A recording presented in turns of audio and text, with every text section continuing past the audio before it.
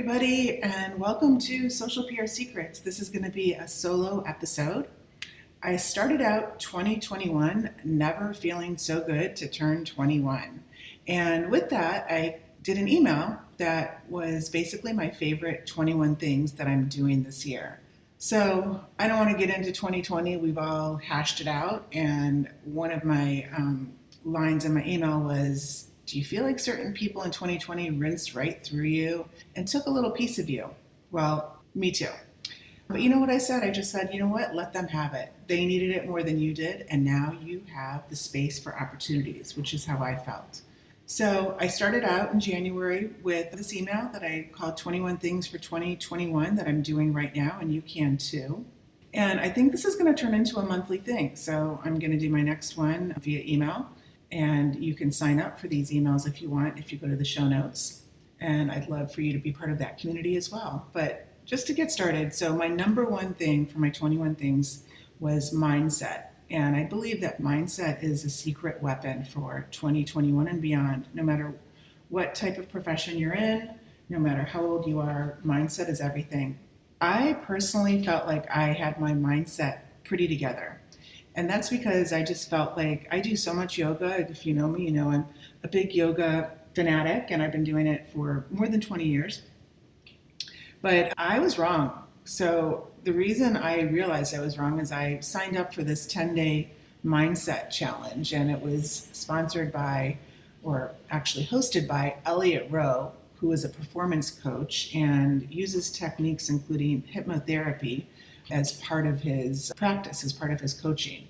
So I did his 10 days to a primed 2021 challenge, and it was pretty eye-opening. One of the exercises that we had to do in the 10 days was review your year. And in one column, I wrote down what went well, and then in the other column, I wrote down what didn't go well in 2020. And I did it month by month, and he advised to go through your camera roll, go through your emails, go through maybe text messages, and you'll see things that maybe by month that you forgot. So I made this list, and at the end we had to describe one positive word that what went well and what the year of 2020 looked like, and then describe the negative in one word of 2020.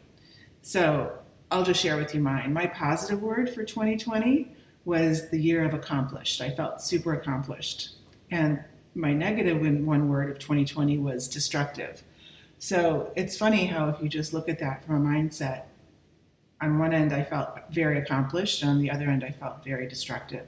So I'm not going to go too far into it. I highly recommend that you can follow Elliot on Instagram at Elliot Rowe, and you can also download his app, which I use. I used it last night, and it's called Are You Ready to Prime Your Mind? And they have everything from sleep to productivity. So definitely look it up in the App Store. So I'm only on number one.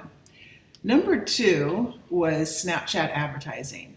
So Dennis Yu forwarded me, he has a course on Snapchat advertising, and I thought, you know what? I need to diversify, and I want to find out if any of my clients or even if the buyer group wants to dive into Snapchat advertising. We all took the course, and now we're offering that as a service if it makes sense.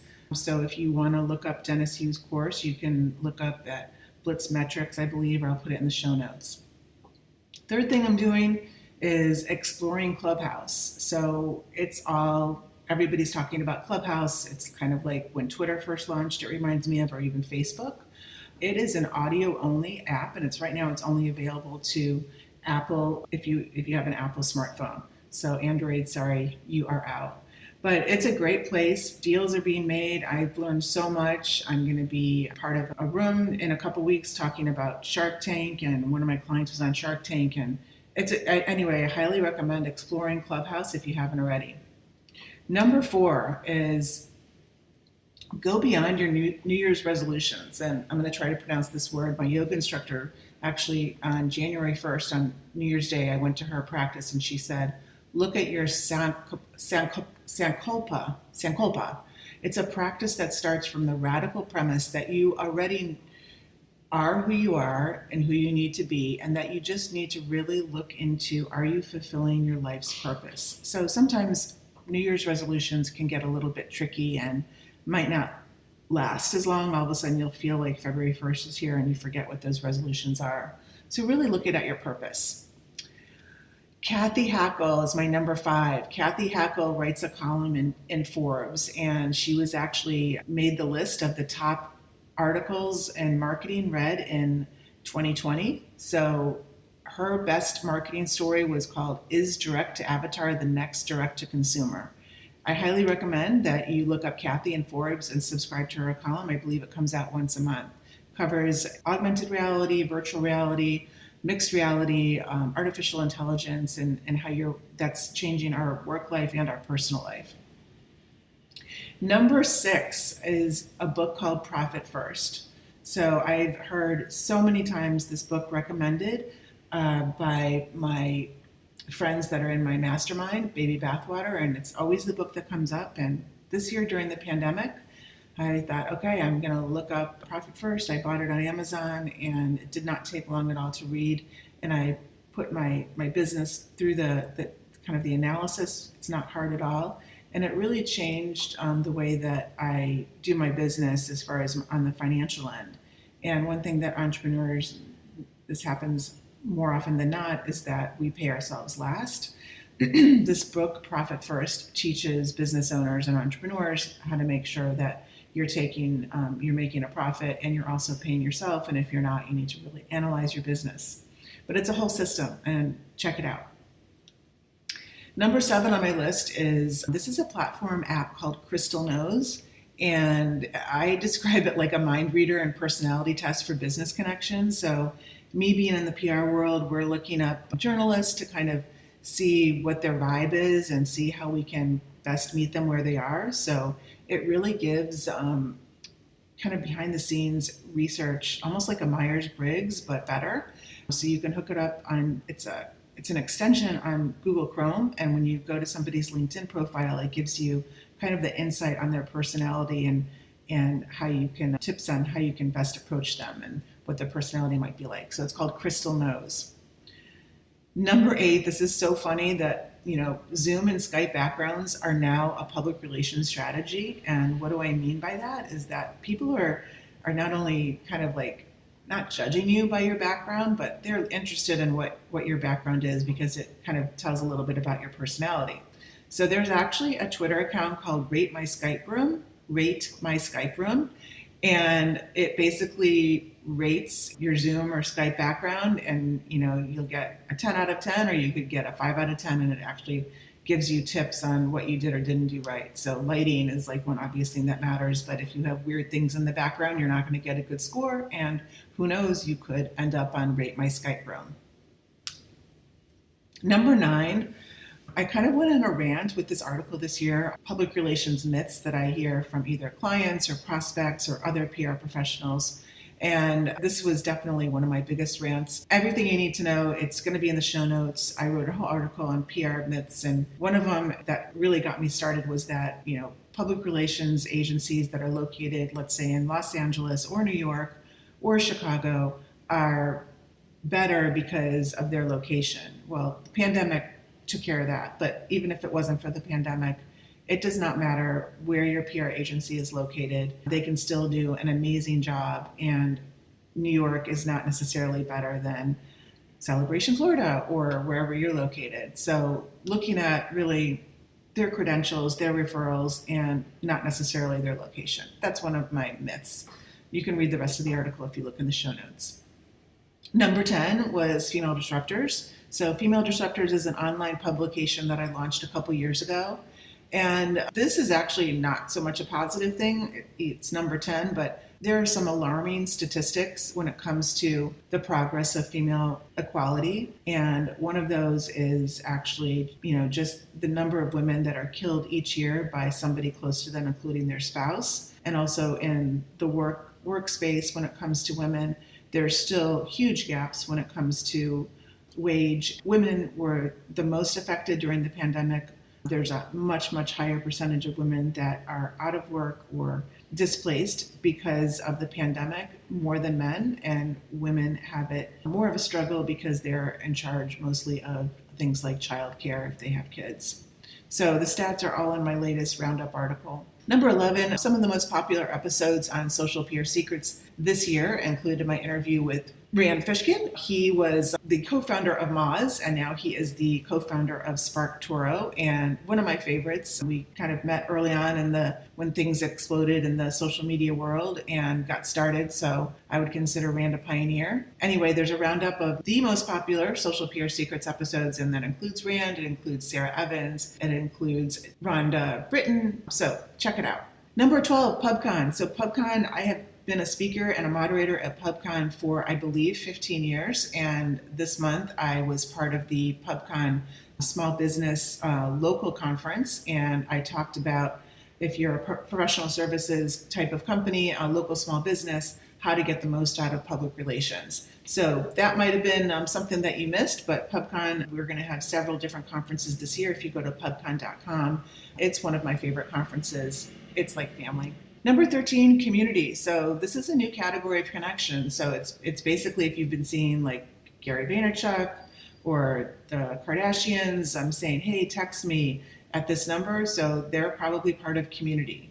So I went ahead and joined. And if you want to meet me there, I put a link in the show notes. One thing I also discovered, this is number 14, was the power of online courses and actually how online courses can be part of a public relations strategy. So speaking of online courses, I'm going to be launching my online course called Modern Public Relations for Success, and you can check that out in the show notes, the link to that. But I want to give a shout out to Julie Hood, who was a speaker at VidFest. I attended that in November, and Julie teaches, she teaches how to launch your course in 24 hours, and I have a link to that. She is part of the Course Creator HQ. So thank you, Julie, for giving me the inspiration to know that I can just go ahead and launch my online course, and it doesn't have to be this impossible type of project. It is possible. Number 15, videos. So there was a great roundup article that really brought this to my attention. So videos will overtake the importance of websites. What do you think of that? That was actually one of Sarah Evans' predictions for 2021. So think explainer videos and quick videos for short attention spans. We used to invest a lot of time and energy and resources into websites. But good news is production time is low and quality is high when it comes to videos and even websites. I'm actually redoing the buyer group's website, and I'm using Webflow, and it's super simple, and I'm excited to launch it. So stay tuned. Okay, number 16. So one of our clients, All33, was actually on Shark Tank this month on January 8th. You can look up the episode, but it was very exciting to learn all the behind the scenes of what goes into being on Shark Tank, the process, how you have to really keep it top secret until the episode airs, and then what the public relations process looked like through it. So that was super exciting. We had a surprise appearance from Justin Bieber on the show, which is really cool. So check out the episode with All33. It aired on January 8th. Number 17 of my 21 things, we're almost there. Ready for a detox to reboot. So a program that I did actually twice this year was one of my favorite doctors and client we started working together in about 2004. His name is Dr. Paul Savage, and he is the chief medical officer or the co-chief medical officer of a company called Forum Health. It's a network of doctors. So if you go to forumhealth.com, they have these great programs that just started called How to Jumpstart Your Weight Loss and Health Goals. Last year, my husband and I did a couple of their programs. One of them was the HCG diet, and that was a diet that we did, and we lost about 12 to 15 pounds in about 45 days. It's super healthy. It's a low-calorie diet. It's monitored by the doctors at Forum Health. They also have detox type of programs if you're just ready to do a reboot. It's called the GDRX. So that was one of my things for 2021, is I was really happy that in 2020 I was able to get on these programs and get to a healthier state of mind and state of body as well through doing these resets. Number 18, Stephen Kotler wrote a new book. It's called The Art of Impossible. So this was on pre-order, and now it's available on Amazon. I highly recommend that if you haven't heard of Stephen Kotler, he's amazing. He talks a lot about the connection of flow and cannabis in general, But in The Art of the Impossible, it's all about peak performance and mindset. So go ahead and check that out. Number 19 of my 21 things is Spark Toro. So I kind of mentioned this when I talked about my favorite Social PR Secrets episode, but Spark Toro is a company that Spark Toro was co-founded by Rand Fishkin, and it's really cool to use to discover your audience and maybe sources of influence for your audience. So I highly recommend you check it out. We use it to get insight on our audience on all different topics for our clients when we're exploring different podcast hosts and maybe what they might be interested in or what their audience is interested in. So check out Spark Toro. Number 20. So some of the most overused words in 2020 in press releases, I'm going to tell you what the most overused words in press releases. First, solutions, leading, and future. So first, solutions, leading, and future were the most overused words in a press release in 2020. So try to stay away from those generic words and try to zero in on words that are more descriptive and will draw attention. So some of the other overused words were, for example, experience, best, great, largest. That's one of my pet peeves is when somebody uses the word great, because what does great really mean? It means nothing. That's super generic. So when you're writing in any type of content, try to avoid the word great. Also the word that and the word but are also words that you should try to avoid. They're considered unnecessary words.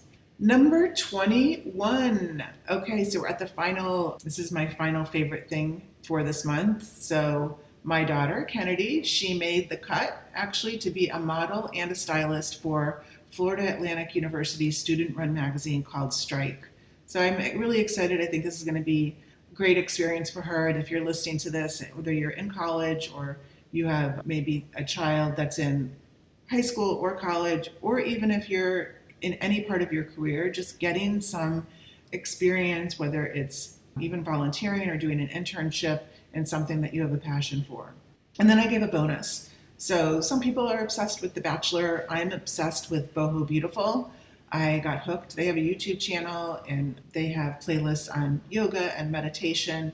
Beautiful, beautiful sequences. Juliana is the host of Boho Beautiful, who is the one, actually the teacher in the meditation and the yoga sequences. But they gave out a 14-day free yoga and meditation, basically a gift for 2021. So I put the link here in the show notes, and you can check it out too. I believe you can sign up anytime. But if not, check out Boho Beautiful on Instagram or on YouTube and just check out one of Juliana's quick 15-20 minute yoga sequences. They will definitely help jumpstart your day or help wind you down at the end of the day. So that's a wrap. Those were my 21 things for this month, and it was great hanging out with you in this solo session. I want to also just mention that the Buyer Group is my social PR agency, and we offer training that could be done for you or do it yourself. We're launching a class that anybody can take on how to all the ins and outs of modern public relations for success. So thank you so much, and namaste.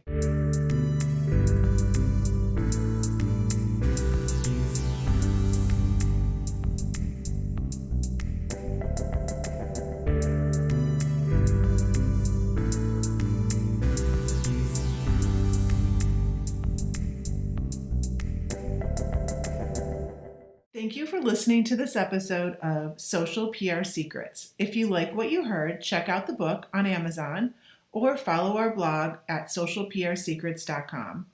This episode was sponsored by the Buyer Group, a social PR agency striving to keep our balance in the digital world, practicing public relations, social media, and search marketing, while occasionally drinking a glass of wine or two for the best creativity and results. Thank you all for tuning in. If you would like to get a free chapter of Social PR Secrets, go to socialprsecrets.com/free.